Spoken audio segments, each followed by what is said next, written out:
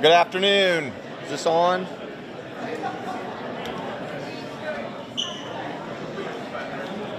Is this on? Can you guys hear me? Is that on?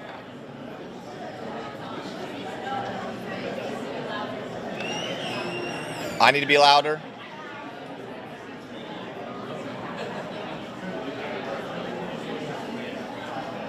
Good afternoon. If everybody could take a seat, we'll start the program. Can you hear me? He's working. I don't see it. It's not lit.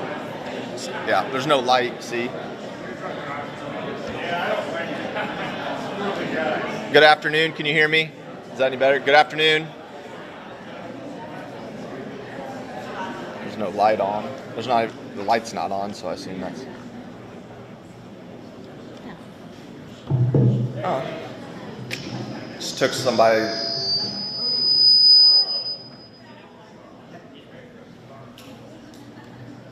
Good afternoon. We're good? Everybody hear me now? Good. Good afternoon and welcome to the 8th Annual Hot Dog Hall of Fame ceremony. I'm Tyler Stock, class of 2005, and I'll be your host for this prestigious event. I'd like to welcome you all for being here, and thank you for being here. After watching Shane Gillis last week at the ESPYs, I was preparing an equally witty intro for today, but then my wife informed me of two things. One, I'm not very funny, and two, no one is here to hear me talk. So we'll skip over all those things that I came up with and we'll get right into the program. I'd like to introduce the people sitting here, starting with the president of the Frankfort Hot Dog Hall of Fame Board of Directors, Don Rusk, class of 1964. Mayor Judy Sheets, Frankfort High School class of 1970. Superintendent of Schools Matt Rhoda, and Frankfort High School Principal Jennifer Flynn, Frankfort High School class of 1995.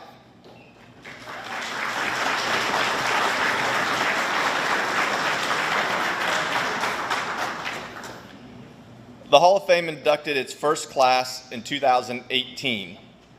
Our distinguished alumni include doctors, lawyers, military leaders, economists, musicians, entrepreneurs, athletes, journalists, and some very respectable teachers. At this time, it is my privilege to ask the newest members of the Hot Dog Hall of Fame to come out and join us. Dr. Robert Carnahan, class of 1989.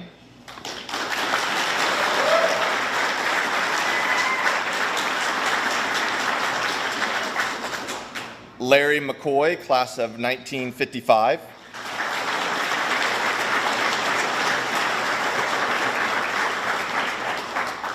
Dr. Tom Piercy, class of 1979.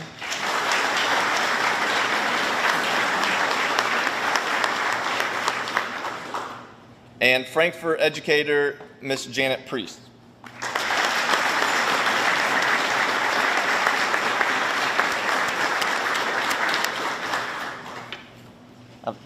You guys sit down. You can sit down, yes, sir. And now to welcome these inductees, their families, and returning members of the Hall of Fame, Mayor Judy Sheets.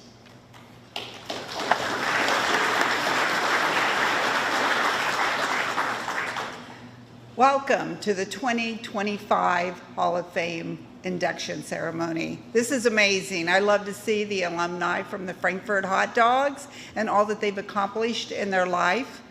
I think it's just is a good example of Frankfort High School and the type of education that we give, and to encourage people to move forward and to have a great life in the years to come. So I look forward, I hope you do too, to hear their story and to see where they've been and how they got to where they are today. So everyone sit back, enjoy this program, and don't forget, Hot Dog Festival is going on downtown in the city of Frankfort, so hopefully we'll see you there. Thank you.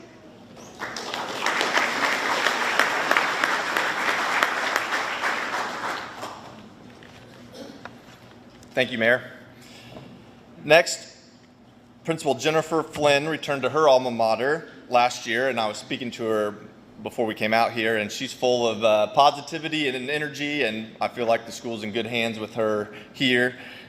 So I'd like her to come to the podium to say a few words, and tell us about this coming year, which I hear is going to be a very special one at Frankfort High School.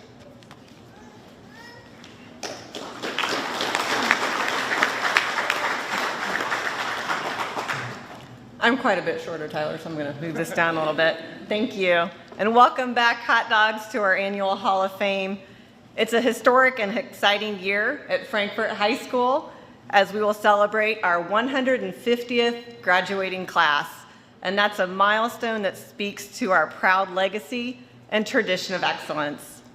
We're thrilled to continue building on that legacy with new and transformative opportunities for all of our students. Frankfort High School offers the Indiana College Core, which is a freshman block of credits that helps students and parents save thousands and thousands of dollars in potential college tuition expenses. Frankfort High School has also been selected by Reckon and Sell to become an early college high school, which expands access to even more college credit for our students. We're focused on offering our students the opportunity to earn an associate's degree while in high school in the very near future. And with over 24 career pathways, every hot dog here has a chance to explore their passions and to prepare for a successful future, no matter the path they choose, whether that's going to be in a post-secondary education, entering the workforce, or joining the military. And at Frankfort High School, excellence, it's more than a goal for us. It's who we are. From our top-tier academics to our incredible arts programs and competitive athletic teams, we are proud to be a place where students thrive in each and every way.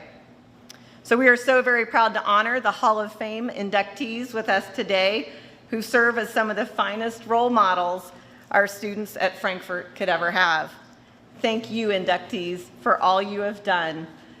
We have hot dogs making a difference all over the world, and we couldn't be prouder of you. So hot dogs, let's make this a year of one to remember. Here's to tradition, transformation, and hot dog pride. Go Hot Dogs.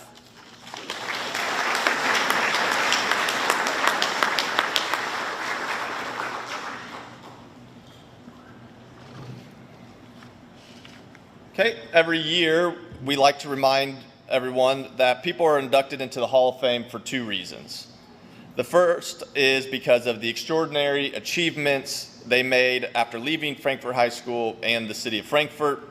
The second is because they decided to stay in Frankfort or they moved to Frankfort and the things they did in their lifetime directly benefited the community. This afternoon, we are pleased to honor deserving inductees from both of these categories. And now it is my pleasure to introduce the president of the Hall of Fame, Don Rusk.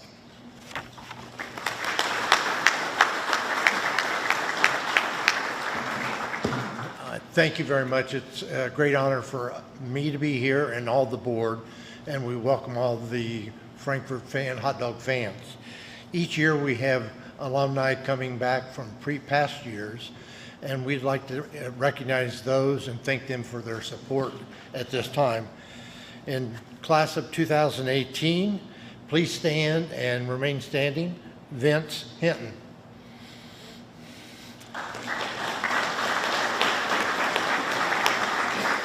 (2018) Larry Gosworth.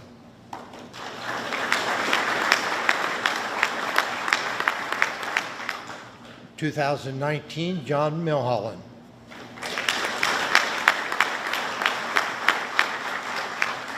Class of 2020, Janelle Smith.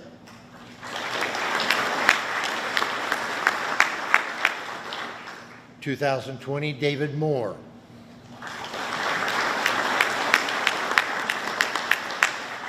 Class of 2024, Jim Moyer.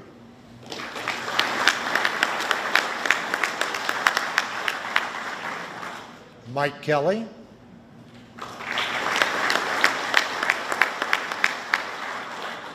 Michelle Miller Gunyon.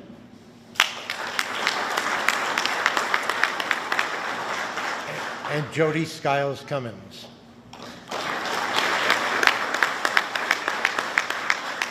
Thanks to all of you for making this such a great event and all that you contributed to Frankfort and to the Hall of Fame. Thank you.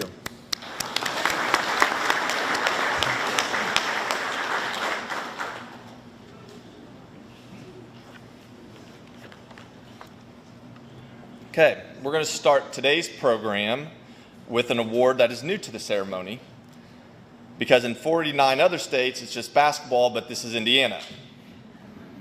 So for the first time, we are presenting the Special Recognition Award, and that award will go to the 1925 Frankfort High School basketball team on the 100th anniversary of their state championship.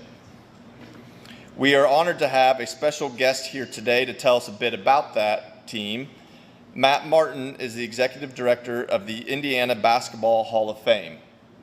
A graduate of Knightstown High School and Purdue University, Matt is a former athletic director and served as president of the IHSAA Executive Committee. Matt now oversees the day-to-day operation of the museum and events surrounding the Hall of Fame. Ladies and gentlemen, Mr. Matt Martin.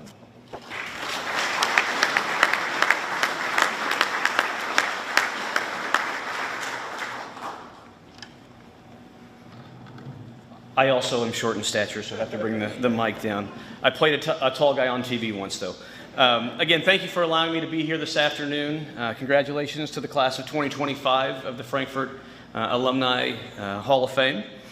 Not only do I want to celebrate the 1925 team tonight, we also celebrated them at our annual induction banquet in March. We honored them as the 100-year anniversary team at our banquet, which is held at Primo Banquet Hall on the south side of Indianapolis. But again, it's truly my pleasure to be here, so thank you for having me. The Frankfort Hot Dogs emerged victorious as state champions in the 1925 tournament. Frankfort won over Kokomo 34-20 in the final game of the tourney, played at the Indianapolis Exposition Building March 20th and 21st. Frankfort was not one of the favorites to win the tournament, but the team played well when it counted the most and came out the champions. 6 of the 10 men certified to play for Frankfort in the tournament were underclassmen. Kokomo and Frankfort had split the regular season games with 1 win apiece. An interesting note too, Dr. James Naismith, the inventor of basketball, was invited to attend the championship game as a guest of the IHSAA. He presented the awards to the various recipients at the close of the tournament. Frankfort and Coach Everett Case ended the season 27-2. 2025 Indiana Basketball Hall of Fame inductee Wilbur Cummins was the leader of the Hot Dog team and scored 7 points in that championship game. Robert Spradling, however, led the Hot Dogs with 13 points, followed by Doyle Plunkett with 9. As I mentioned, Wilbur Cummins was 7, and Marvin Good tallied 5. Wilbur Cummins was one of our 2025 Indiana Basketball Hall of Fame inductees. Cummins led the Hot Dogs to the previously mentioned 1925 state championship, but also runner-up the year prior in 1924. Cummins scored 1,140 points during his high school career. And remember, this was before the three-point line. He had a school record 49 against Owensville, and later he went on to earn all Big Ten honors for Coach Ward Piggy Lambert at Purdue University and serving as captain in 1928 and 29. Other members of that team from 1925 included Robert Spradling, Doyle Plunkett, Wilbur Cummins, Marvin Good, Fred Coulter, Ray Carman, John Hamm, George Schultz, Rudolph Baer, Milford Tony, and obviously were coached by legendary head coach Everett Case. Coach Case had a 23-year high school career coaching record, mostly here at Frankfort, and posted a 726-75 record with 4 state champions. Again, 726-75. That is truly amazing. Coach Case is only one of 5 coaches to win at least 4 state finals. Other names are Marion Crawley, Glenn Curtis, Jack Kiefer, and Bill Green. Quite an honored group. What a group of men to be mentioned with. While it is debated, but we all know it's true, Coach Case is credited with the practice of cutting down the nets while at Frankfort, not at North Carolina State. And again, at North Carolina State, he compiled a record of 377 and 134. Coach Case is not only inducted into the Indiana Basketball Hall of Fame, but into the Naismith Hall of Fame as well. I believe Doyle Plunkett's daughter, Linda, and husband are in attendance tonight. If there are any other relatives or family members from the team, would you please stand and be recognized?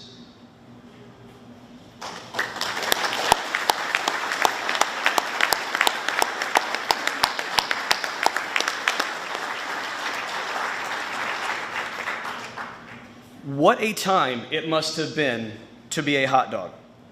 State runner-up in 1924, state champion in 1925, state champion in 1929, state champion in 1936, and state champion in 1939. Not to mention the numerous deep runs they made in the tournament during those times I did not mention. It cannot be understated at how fun that run must have been for Frankfort and how much they set a tone for the importance of Hoosier hysteria in the IHSA State Basketball Tournament and what it stands for. Again, I would like to congratulate and honor not only the class of 2025, but the 1925 IHSAA State Basketball Champions from 100 years ago, the Frankfort Hot Dogs.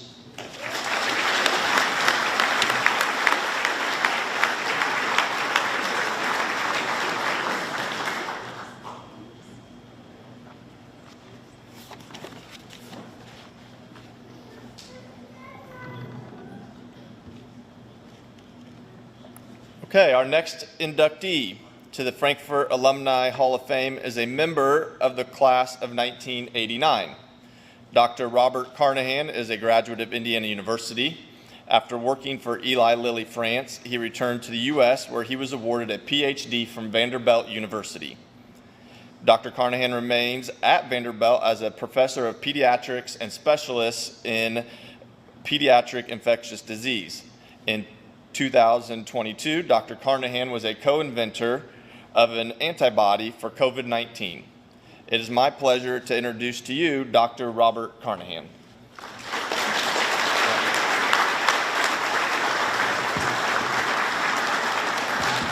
All right. Thank you. It's an honor to be here. I appreciate the award and the acknowledgement. I've been away from Frankfort for over 30 years, and you heard a little bit about what's happened, but I'm going to follow the wise advice of my wife and just tell you a little bit more of the story. I'll try not to go on too long. I did go on to Indiana University, wandered around there for quite a few years, 5.5 years with my roommate, another Frankfort alumni, Doug Yules, before graduating with a degree in biology and psychology.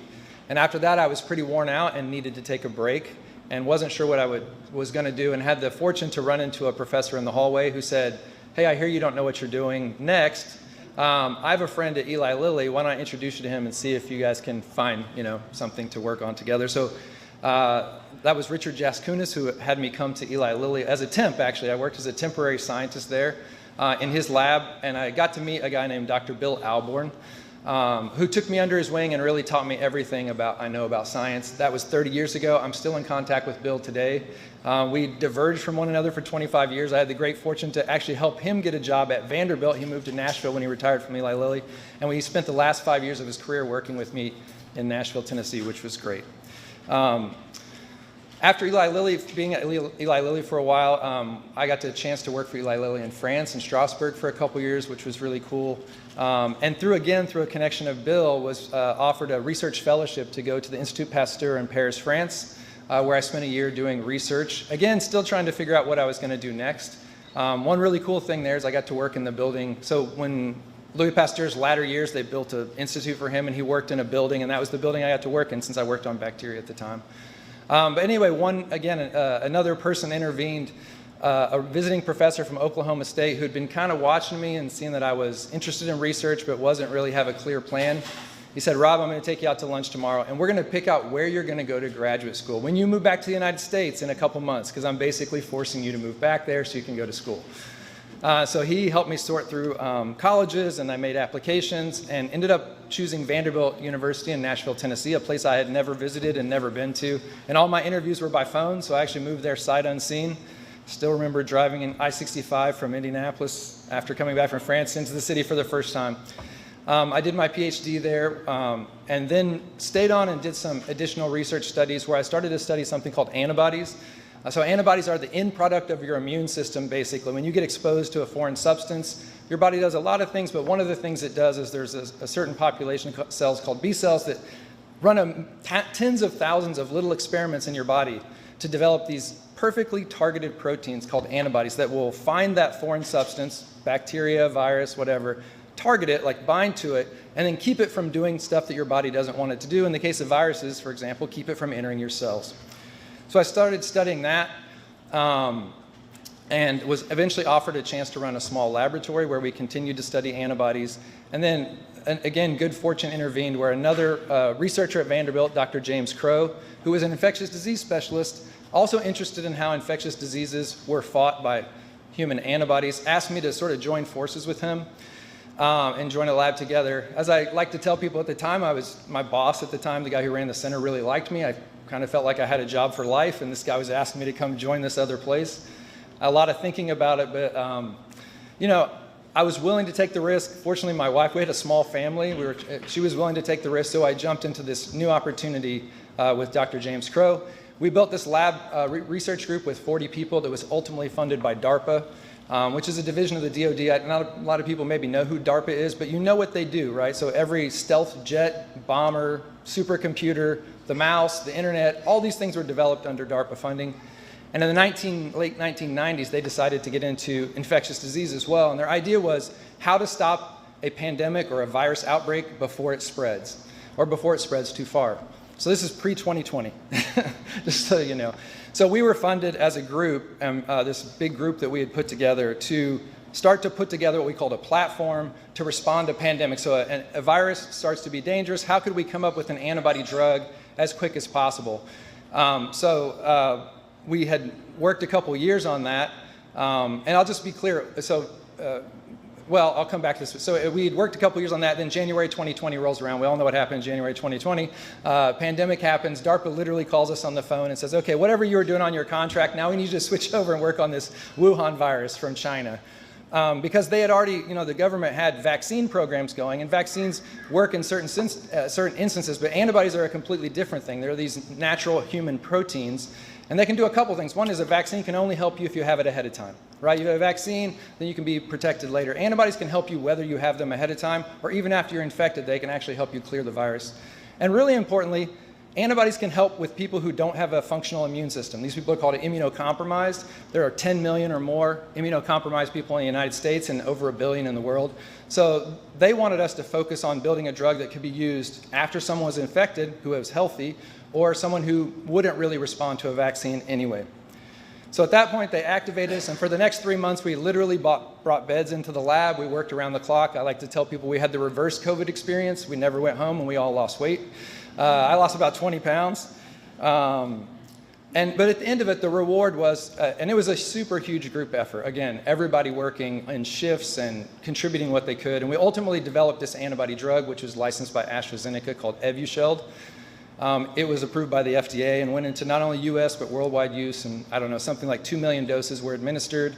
It was super gratifying to us. That's honestly the reason why I left the little lab and went to the big lab, was just thinking more people, there's a better chance we're going to actually make a drug that makes it into people.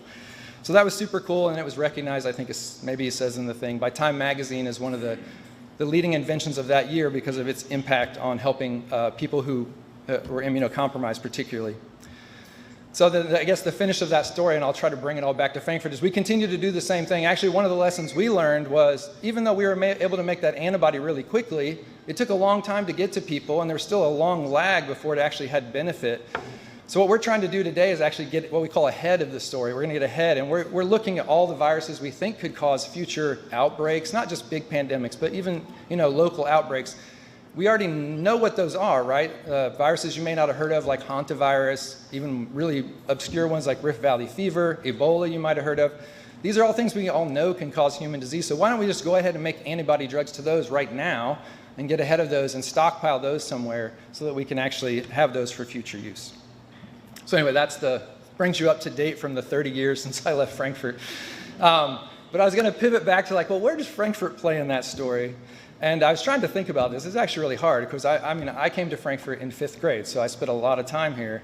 As like most of us, it comes back to our families. And I was fortunate enough to not have one family, but have 3 families. And I'm going to cry probably if I start to talk about it, but I'll try. One of them's right here, the Pearsons. So I married into the Pearson family. Nikki Pearson Carnahan is my wife. And they have been so supportive. You know, my academic career involved a lot of education and not very much pay for a lot of time. And so they really were critical in getting us through a lot of that and being supportive the whole time. And of course, Nikki has been an amazing spouse and supportive the whole time.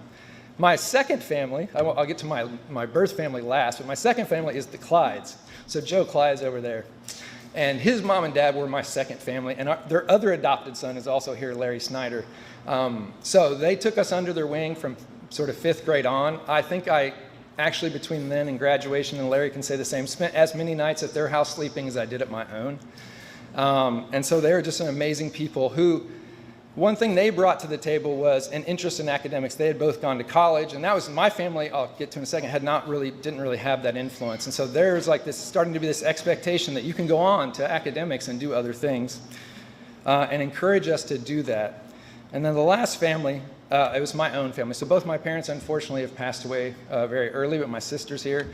And as I said, my dad was a large equipment operator at the Clinton County Highway Department. My mom was a housekeeper at Wesley Manor. Neither of them graduated from high school. So academics wasn't really their thing, but they had 2 things that were their thing. One is, you will be a good human being, right? You will do the right thing. And the second is, whatever you're good at, you're going to work hard at that thing, whatever that thing is. So mine happened to be academics. I was good at school. And so they had a very different standard for me than they did for themselves, right? Their standard was, well, okay, you're good at that. We're going to hold you to that, and we want you to do well. And that was sort of a similar lesson from Joe's family too, right? They just wanted us to be good humans and to be good at what we did, whatever that thing was. But putting it all together, the last thing I'll say here is what else that kind of interfaces, I think, with growing up in a small town and also came from these families is, I talked to you about the expectation part, but one of the great things about growing up in these families and also growing up in a small town is kind of the opposite in a way. It's the freedom to fail. I had so much freedom to fail, right? And still be accepted, right? You can, in a small town, you can explore, you get into trouble, but at the same time, so I work a lot with PhD students and med students. I'll tell you one of the main things they struggle with, they come from large colleges and elite schools, and they struggle so much anxiety, and they're just incapacitated sometimes because they're afraid they're gonna fail. Well, science is all about failure. As I like to tell them, well, if you don't like failure, you're not gonna like science, because 99% of what you do fails, and you just have to kind of keep up and do it again until it works.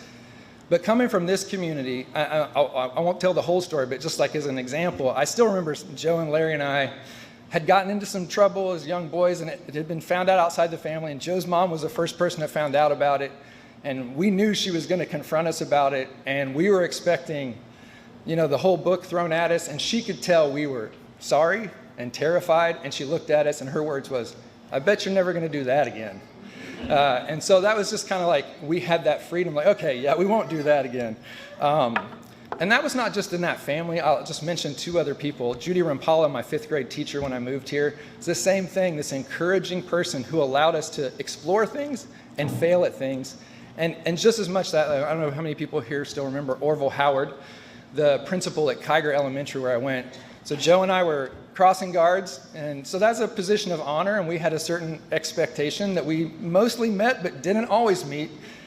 And I still remember getting called into Mr. Howard's office when we were playing football, when we were supposed to be crossing kids across the street, and we totally expected Mr. Howard to, like, you know, just tear into us. And he looked at us and said, "I'm disappointed in you, but I believe in you, and you're not going to do that again." So that level, I guess the thing I appreciate being from a small town is that ability to, like, you know, go out and explore. My parents let us go anywhere. It was safe to go anywhere, and to make mistakes and fail and come back home and still be accepted and still have that expectation. So anyway, I'll close it with a quote by Pat Summitt, I live in Tennessee now. You guys probably know Pat Summitt, famous basketball coach from the University of Tennessee.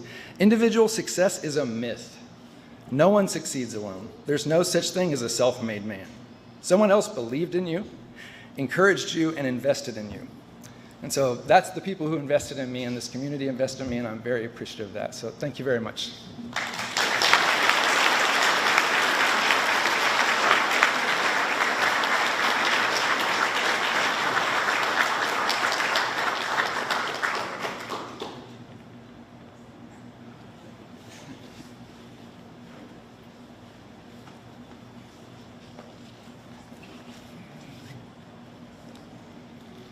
Okay, our next inductee, a member of the class of 1955. Larry McCoy graduated from IU in 1959 and became a writer for United Press International. Larry moved to Germany in 1969 to work as an editor for Radio Free Europe. Returning to the United States, Larry worked as a writer-producer for CBS News in New York. Since retiring, Larry has published 4 books on his career and his life growing up in Frankfurt. Ladies and gentlemen, Larry McCoy.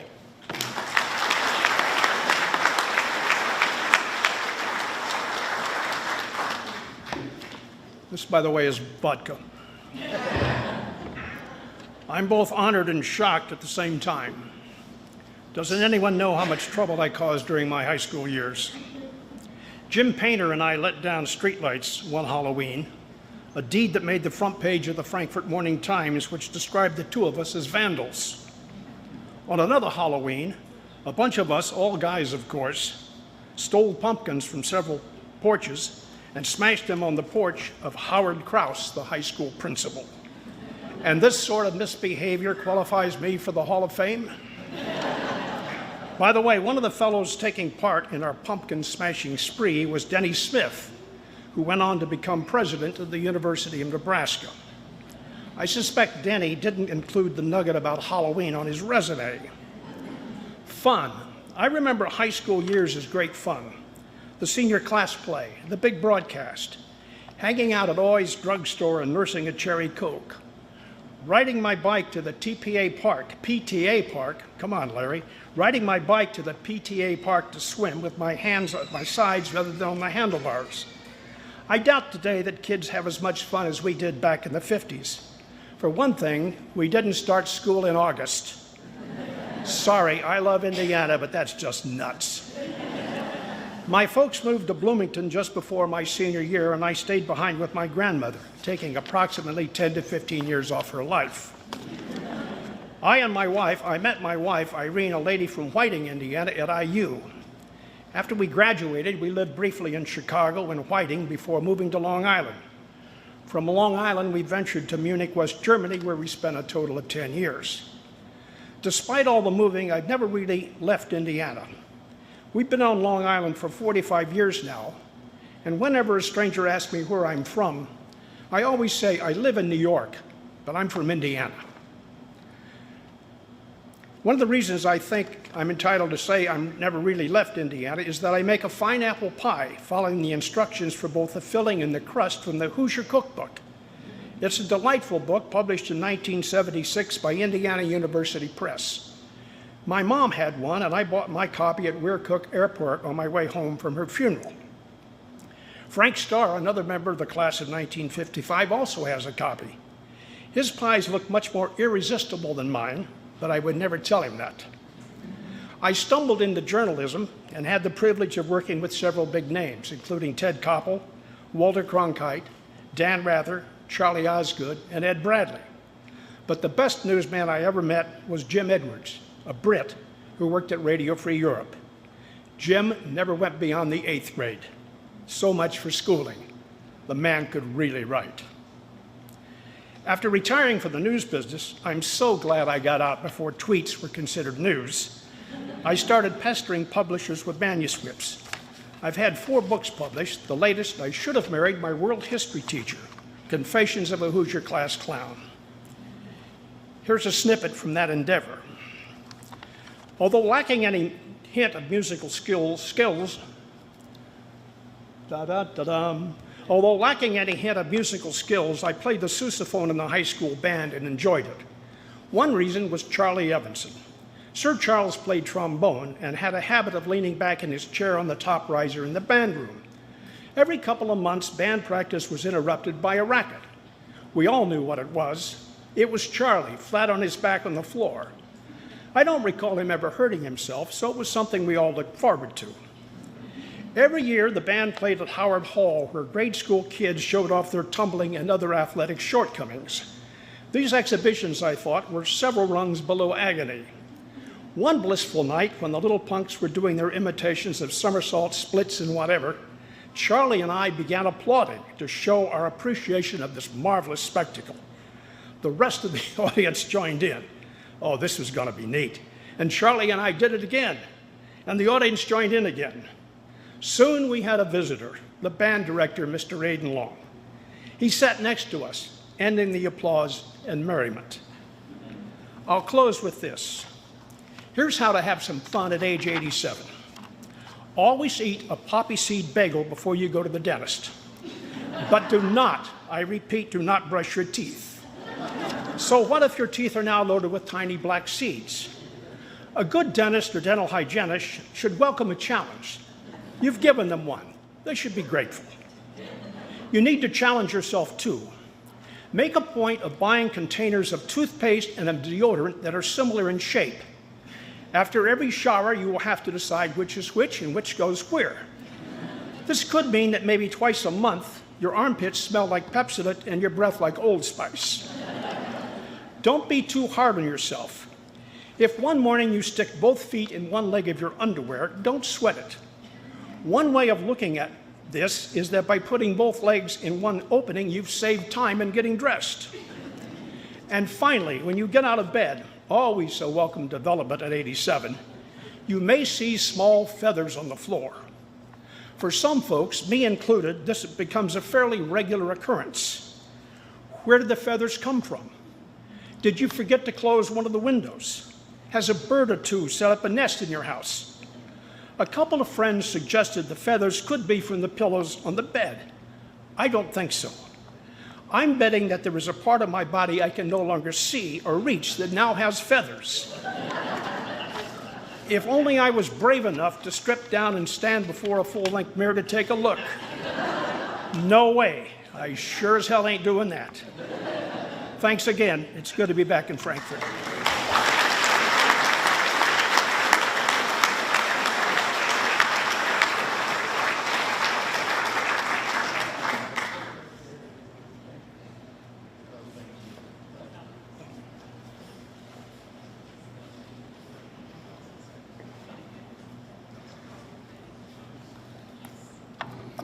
Okay, at this time, we'd like to remind everyone that we can't honor the achievements of Hot Dog alumni unless you do the work of nominating them.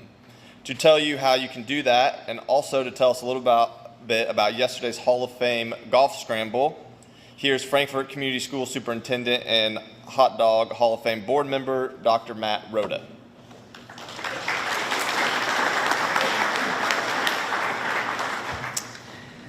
Thank you, Tyler. It is just an honor to be here amongst all of the inductees. Our slogan for Community Schools of Frankfort is ensuring excellence for every student every day. This weekend exemplifies that, being able to honor Hall of Fame inductees each year. And so far, it meets the expectations, Dr. Carnahan, as you talked about, setting those expectations. From the Hoosier Storytellers that starts on Thursday to the golf outing yesterday, our new basketball coach, Albert Hendricks, Judy Hendricks, Clayton Campbell, and Trey Hendricks won the tournament. He brought in some ringers from his family. And then second place was Derek Cooper, Ryan Boots, David Rusk, and Brandon Crone. So just a great golf tournament. And then to enjoy some hot dogs after the tournament was over with, and then to today, the culmination of this weekend, to be able to celebrate our Hall of Fame inductees. But in order to have Hall of Fame inductees, we need nominees. And so in your program, you'll see in the back, there's a nomination form. Please encourage those that you know to recommend and nominate a hot dog so we can continue this tradition. We start in September. Looking at names, we have our selections of those in December. It takes that much time because we want to really go through and bring people who have shown excellence in their craft, taking pride in their craft, and contributed to this world. And so we thank you, all of you, for coming and supporting, and we just ask that you have people nominate. You can find that nomination form online, frankfortschools.org. Go to the Frankfort Education Foundation, you'll see Hall of Fame nomination form. So thank you for being here. Continue to celebrate our Hall of Fame inductees. Thank you.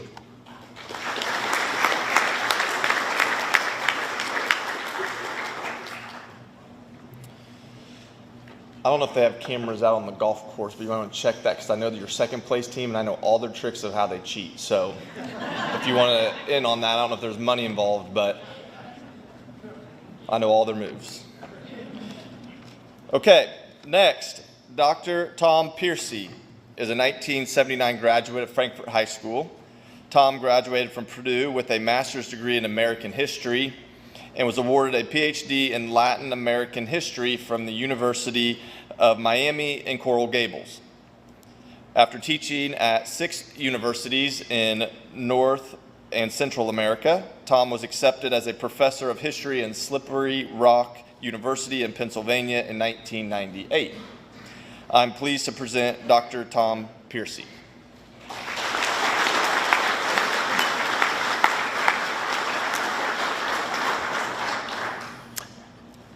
I'm very grateful for the honor of being here and being a part of the Frankfurt High School family. I'd like to begin by speaking to the teachers and the administrators of Frankfurt High School, past and present, and to say thank you to Mr. Henderson, Mr. Milholland, to Mr. Hughes, to those who saw potential and see potential in young people that don't necessarily see it in themselves. That was certainly my case. When I took a tour of the school today, walking down this hallway, I could hear Senorita Irian coming after me because I would never be able to learn Spanish. I was scared to death of foreign languages. But somehow my teachers and Mr. Milholland and Mr. Prosser occasionally convinced me that I could do it, that I could do something. I didn't have a dream of being a scientist or being shot at in Central America. But I saw teachers, I saw people that I wanted to emulate. Last time I was in a room with this many people that I love and respect was 46 years ago in this room. So thank you to my friends and to my teachers and all who saw something in me that I did not see. I'm a professor of history. I began, after graduating high school, absolutely mortified of anything to do with foreign language.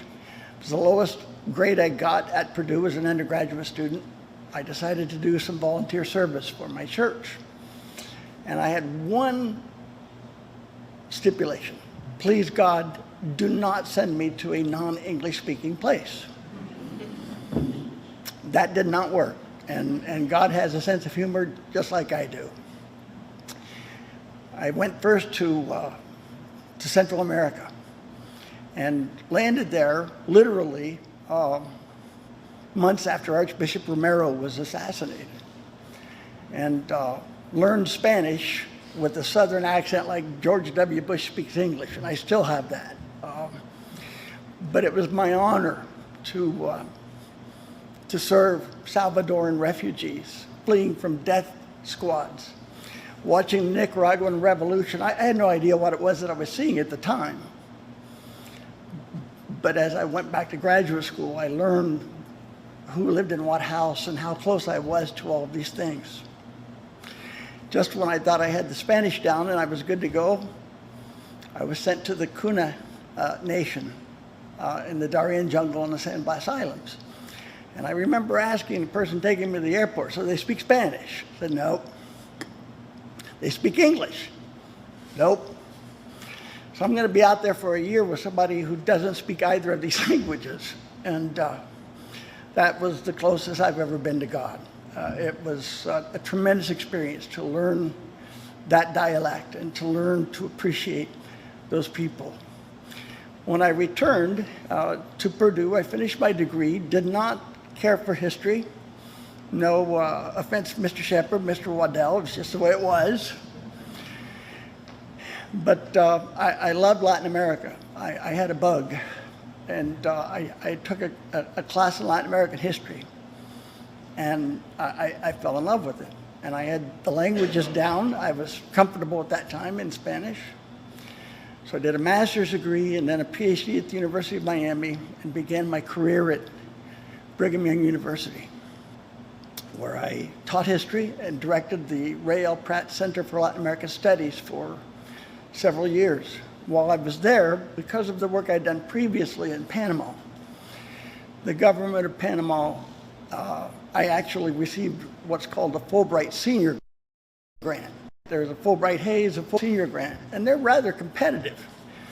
I am not one for paperwork, so thank goodness it didn't rely on me knowing what to file when.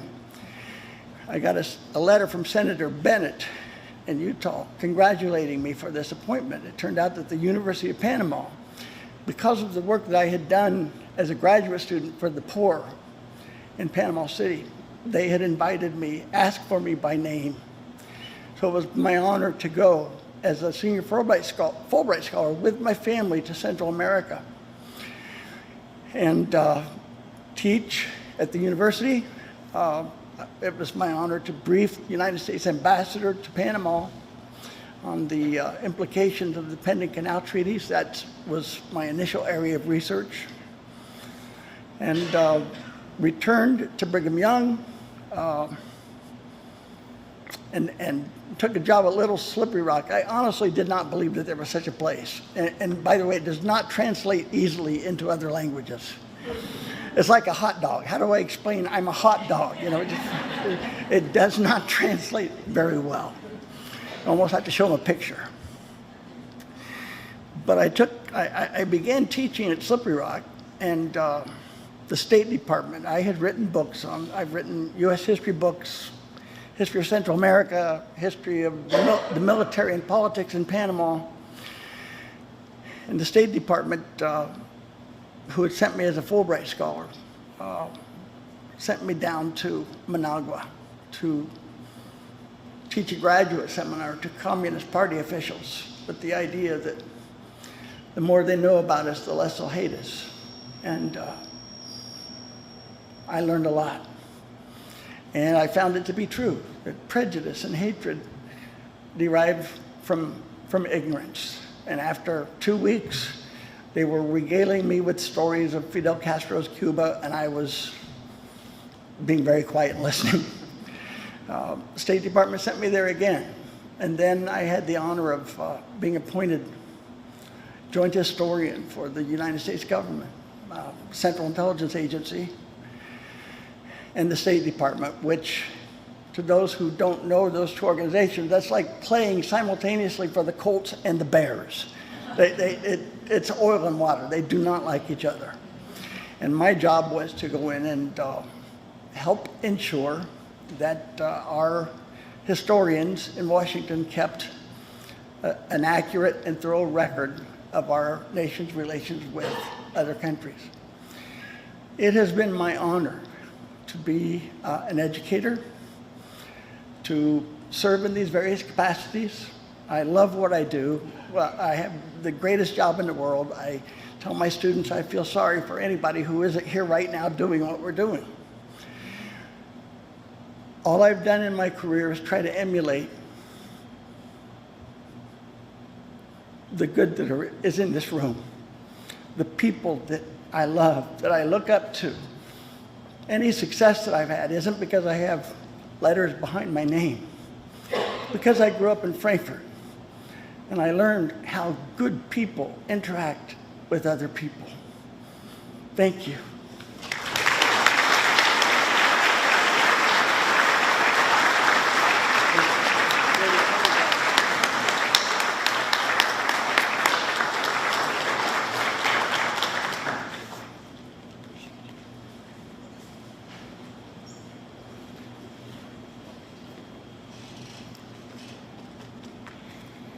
Our final inductee for this year is a woman who inspired thousands of students, including this tone-deaf cello player. In a career spanning 40 years at Frankfurt High School, The recipient of our honorary award is music educator Janet Priest. A graduate of Lafayette Jefferson High School, Janet earned both her bachelor's and master's degree in music education from Butler University in 1977.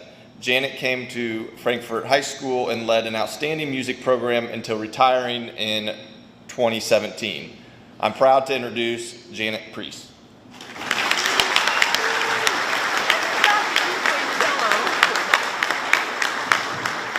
All right, so Mr. Clausen, I'm making this the right height here. Okay, well, here I go. I first of all want to thank this committee because I did not realize all those things were going to happen the last 3 days. I thought this was going to be it. So here we are Thursday night with this, we have to talk in the story, who's your storyteller thing, and then we have this. Last night was a lot of fun, the reception. We didn't know that, so we thought this was just going to be it. So thank you. There's a lot of work that goes into this, all of you. I can't name all the names here because I know I'll forget somebody, but thank this committee so much for what they do. This is an amazing, amazing thing that's happening. So thank you so much. We really appreciate that. Some great people. And when we talk about great people, I think my career is, you don't stay somewhere for 40 years if you don't enjoy what you're doing, I don't think. And it's because I've been surrounded by great people. Students, colleagues, and I look around the room and see so many here, not just from Frankfort, but I see some of my Jeff kids. There's some Broncos here. So that makes me really happy, and my Bronco colleagues are here, and that just, music it transcends. So it just makes me happy to be, my career has been built on students, my colleagues, wonderful administrators in Lafayette, and I didn't realize that till Dr. Rhoda and I realized that we go way back, and I don't know if Jonelle remembers that, but I'm like, he's coaching at Jeff, and I'm coaching with Janelle here, and then all of a sudden, this is a long time ago, I won't tell you how many years, but then all of a sudden, here he is over at Frankfort, and then I'm back over here, and it's like, it's a small world. So it's been wonderful, and Jennifer, Mrs. Flynn coming back in, it's fabulous to have her back, and these are wonderful people, and you know, we don't stay somewhere if there aren't really, really good people, administrators, colleagues, students, and families. Look around and I see a lot of my families. 40 years is a long time. It's actually 50 now because I have some from 8 years at Lafayette Jeff. So thank you all so much. This is why you do what you do. So anyway, I have to go back a little bit. We talked a little bit Thursday night, and some of you might have listened to that, but born and raised in Lafayette, went through the school system there, started on flute. I don't think we have any flute players here. I see some kids a flute player. Okay, switched to violin the next year. Then, when I got into 7th grade, the band, and Mr. Hutton will appreciate this, and Mr. Long will appreciate this, didn't have any oboes. So guess what happened? And since I think my dad knew probably the directors, and they said, hey, let's get her start. Anyway, I started on oboe, and that was, honestly, my life has been a gift because it was like straight down the road. I knew in 7th grade, I had a wonderful band director. His name was Dick Moulter.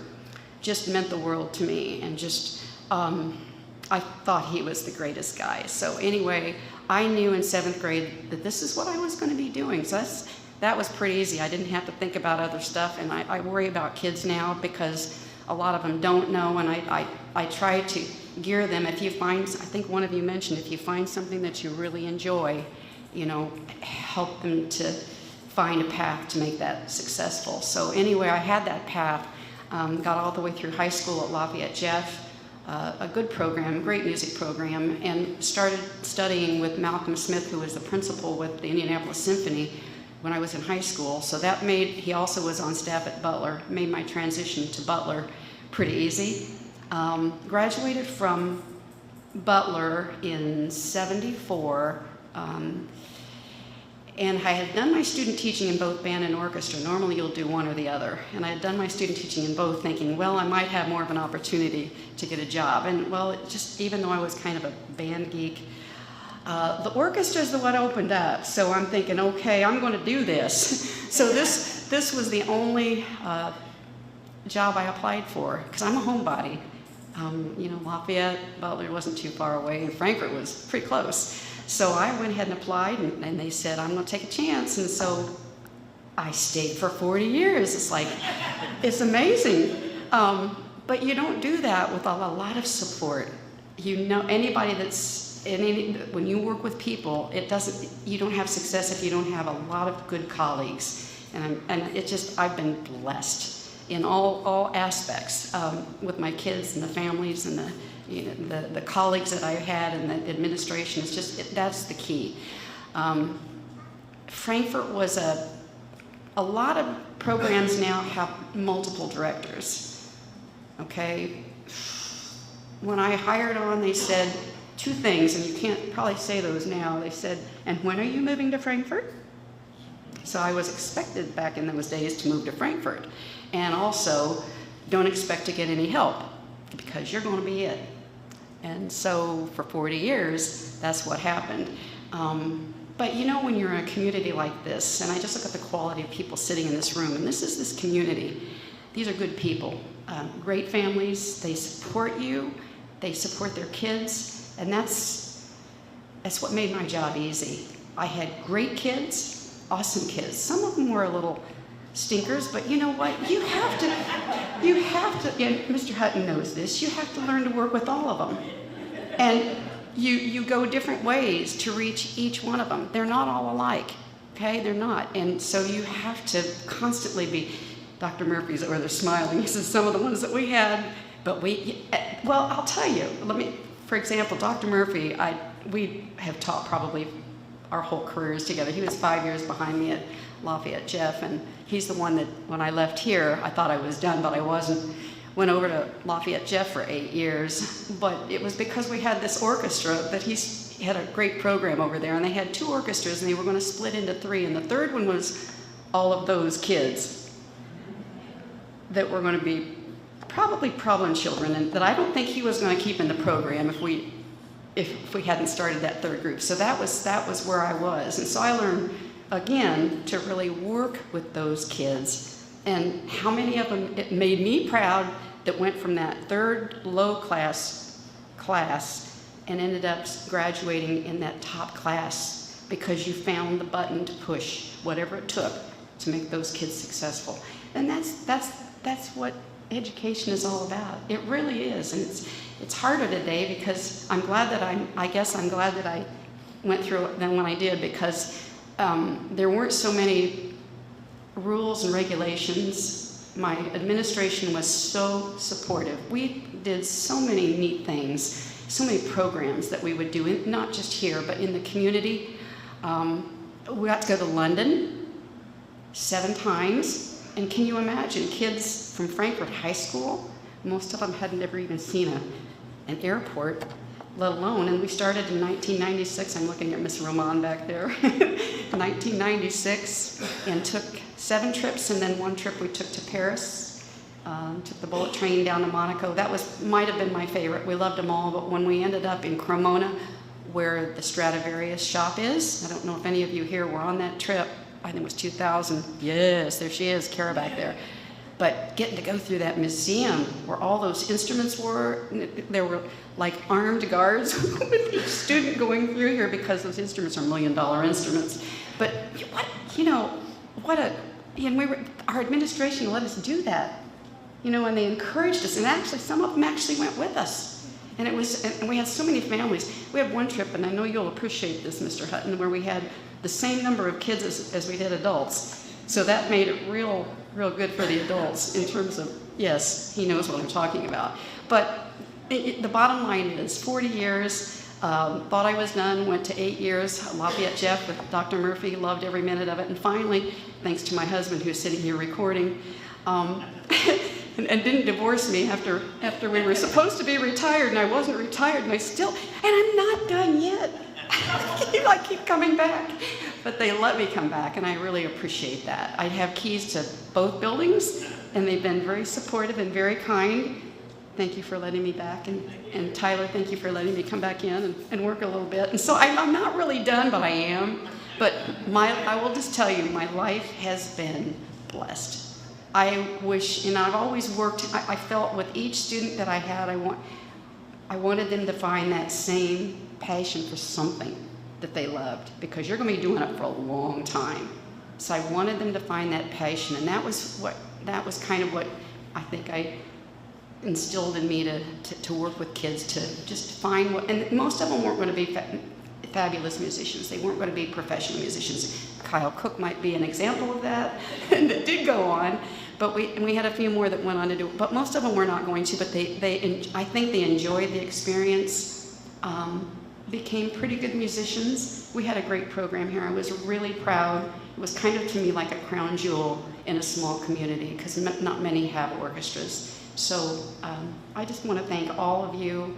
This whole community is why I did what I did. And I feel just honored to be in. I don't have I have some travel experience, but not like these guys do. I just feel honored to be up here. So I thank you all so much for doing what you do and allowing us to do what we do. And my husband says, you're done. So thank you.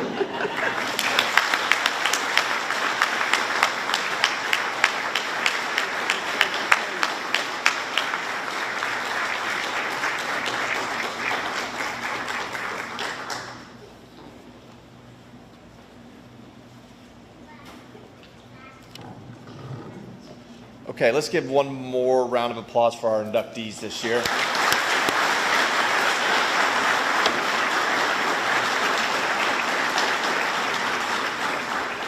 And before we conclude, because I know you're all itching to get down to the hot dog festival, there are a few people on behalf of the board of directors that we'd like to thank that made this event possible. One being the Frankfort High School custodial staff, Richard Salee and the Hot Dog TV students, the Frankfort High School marching band, who I believe played yesterday at the golf outing. Is that correct?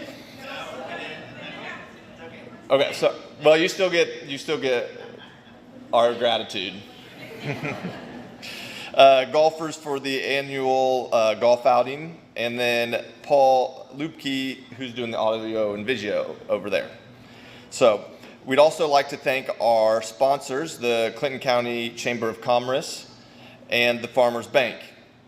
And finally, congratulations again to all of our very deserving inductees, and thank you for coming out this afternoon, and we'll see you downtown.